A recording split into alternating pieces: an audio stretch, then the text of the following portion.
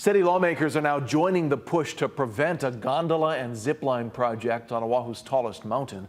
Our Dylan Ancheta explains why and has a response from project leaders. Applause and anger at Honolulu Hale as critics oppose a plan to build a gondola that would carry visitors up to Mount Kaala. This project is heava, and I cannot stress that enough. It is absolutely ridiculous that we need Disney-style rides in our community.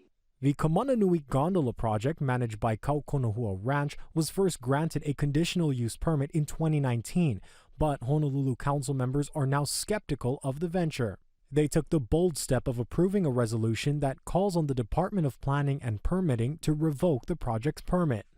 For observers of the City Council, you know that we rarely intervene in an issue solely within the discretion of DPP's authority. This is one of those times to intervene. The property's Canadian owner wants to bring in about 1,700 visitors a day, which residents fear would create a traffic nightmare. Many also consider Mount Kaala to be sacred and do not want it to become a tourist attraction. But I do not support an outside entity coming to our islands and try to tell us how to live and aloha. You ain't got no aloha. Go back.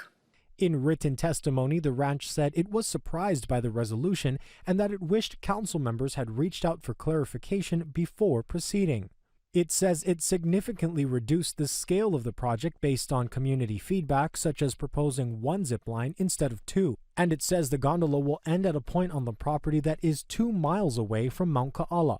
The ranch says almost all of the land for the project will be used for agriculture and native plants. Agriculture needs to be first and foremost on any of these lands. The planning department says it still has to review the permit application. It hopes to complete that by the end of the month. We do appreciate all the comments, all the testimony, but we are looking at the law, whatever the standards that are provided in the law in order for us to make this decision.